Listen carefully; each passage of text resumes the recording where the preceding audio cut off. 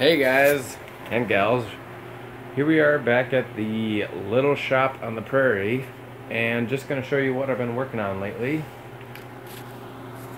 This is an 1986 Honda Goldwing GL 1200, which is the hot flat 4 shaft driven highway motorcycle. I mean, if anybody's ever seen one of these, they're pretty dressed up.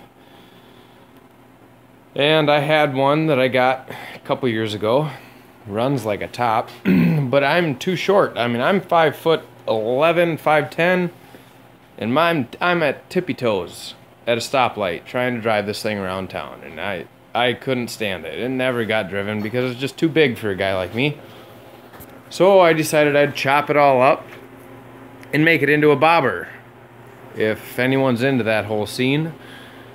And I'm not a big motorcycle guy. This is the first one I've ever built. I had a couple before, but I've never done nothing this extreme or radical. Not that it's that big of a deal, but my first time around it. So this is my version of my Honda Goldwing bobber. And at this point, what I decided to do is I built my own subframe hardtail, which still reuses the factory swing arm and shaft. I mean, the drive shaft runs through the swing arm, so I kind of figured I'd just stick with that for alignment purposes, and I don't want a dog track. There's nothing looking like a guy with a gimp leg driving down the highway, so I figured I'd keep everything nice and straight and reuse the swing arm. I mean, this will obviously get chopped off and rounded, and I'll clean it up, make it look nice. But I think that lower, I mean, that's some heavy gauge. That's 120 thousandths wall tubing. We built a roll cage for an endurance car this last summer out of that exact same 1.5-inch round tubing.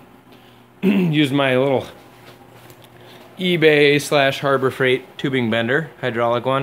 If anybody has any doubts about them, just go ahead and get one, because if you're going for mandrel bend exhaust stuff, I wouldn't use it. But if you're going for structural things, they work just fine. So I used that and made my one side. I still have to do the other side. The whole rig's hanging from a cherry picker at the moment, but I have yet to do the other side, which I plan on somehow fastening. I'll notch the tubing and have it fastened here below the brake lever, and it'll made up nice and clean about right here, where I can still get at these bolts in case I ever need to do any work with the rear end. But I'll still have it made up right here and have her nice and square and strong, and I believe that that'll be strong enough. I'm welding her at a nice high amperage and nice and hot, and getting her in there nice, good heat penetration with the welds. So with good welds, everything will be all right. And if anybody knows anything about these old Goldwings, the fuel tank up on the front is a false fuel tank, just for hiding electronics and other garbage and glove box. The factory fuel tank, which actually is sitting on the floor in front of my other Harbor Freight toolbox, it rides right here, right about in this area, which, if you can tell by the general profile of the bike, is wide open and empty now, so there's no more fuel tank going there. So I'm going to mount about a 2.5 gallon or 3 gallon round aluminum tubular style fuel cell right there, just to get a little bit of fuel mileage out of the thing. Little range. See if I can find a way to pull the factory fuel sender, which is, get my funnel out of the way, right there. See if there's a way that I can get that thing to function inside of the new fuel cell, just to get the gauge to work, because I'm going to reuse the whole LCD screen for the speedometer, the tach, the temperature, and the fuel mileage, and the trip meter. Get as much of that stuff reworking as possible. But this is my new project, my winter project, which is ironic because tonight the low temp, I believe, is 23 degrees Fahrenheit. For you foreigners, below zero, which is colder than balls out. And here I am with my little my little 220 heater trying to keep the place thawed, and that's not quite keeping up right now. But that's my task at hand. I was thinking of, I mean, if anybody's got any feedback, toss it in the comments. I'm always welcome to a little bit of an argument, but I want to do a jockey shift on this with a shifter on the right-hand side, a right-hand jockey shift, somewhere over here, running the shaft down through the frame, yet above the motor, out the other side with a bracket of some sort over here, feeding down to the kick shift, which is right there. I mean, using the right hand would leave my left hand free for clutch and my right hand free for brake. It'd eliminate all my foot feeds. And if you've ever messed with these Goldwings, you would probably be familiar with the fact that the right hand brake, the foot brake, which took me, I owned this bike for 2 years. I didn't realize it until I tore it down just a couple months ago. But the right foot brake is actually controlling the rear disc brake and one of the front brakes. I could figure it out, but I know one of the two front brakes. I'm assuming the left one, but possibly the right one. I think the left one. But the foot brake controls both brakes. In other words, the right and the left. You know, the front and the right. And it makes your front brakes kind of useless. If you're coming up to a stoplight and you grab the handbrake, you have one disc brake doing all the work. On a bike that fully dressed with a rider, you're at 800 pounds almost. And that's a lot of stopping power for one brake to try and handle.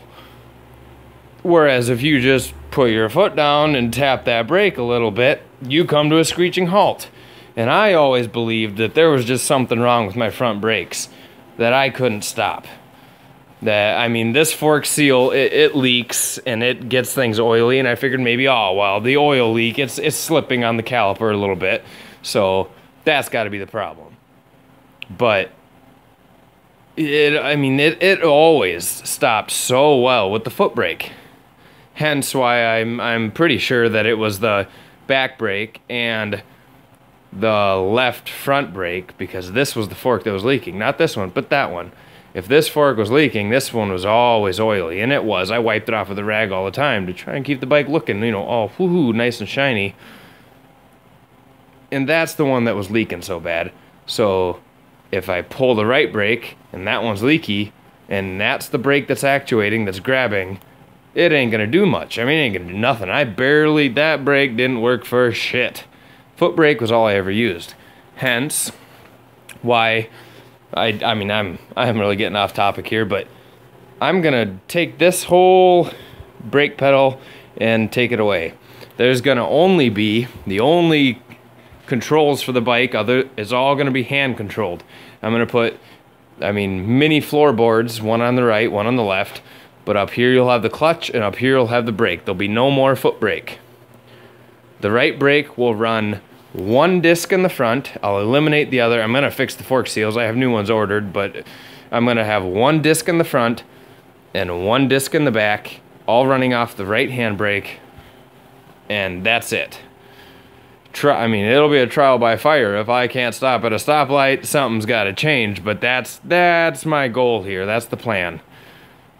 If anybody has any input as to experiences or, you know, their own stuff that they figured out in the meantime, let me know. Throw me in the comments or hit me with a message. I'm on Facebook. It's, if you can figure, if I'm doing this all wrong, this is the first bike I've ever put together to, you know, this custom to this extreme. This is the only bike I've ever laid out. And it's a hell of a bike to start with, because it's a flat four. No motors, no engines on a motorcycle or flat four, but this one. This is pretty obscure, but it runs so goddamn good. And I want to drive this thing to work in the morning and drive it home at night and not be on my tippy toes at a stoplight. And I kind of want to look like a badass motherfucker at the same time. So if this is the way I have to do it with a Springer seat and a hardtail, I'm going to go about and do that. I'm going to make this bike so a guy that's 4'11" can drive the damn thing. But Any input on the situation would be highly appreciated. Don't judge my cobbled up lift bracket that I have made here. But thanks for watching, and throw me a like. You guys, good luck with your own projects, and toss it in the comments. You know, I do a little bit of anything and a little bit of everything. I built, if you go back, you can look at my last video. It was the custom homemade hardtop I built for a Jeep TJ. Nobody on YouTube, not a single video on YouTube, except for that one. So I'm trying to keep this a going thing. I want to do the obscure and the uncommon. You want to see something unusual? This is the channel to find it. Thanks, guys.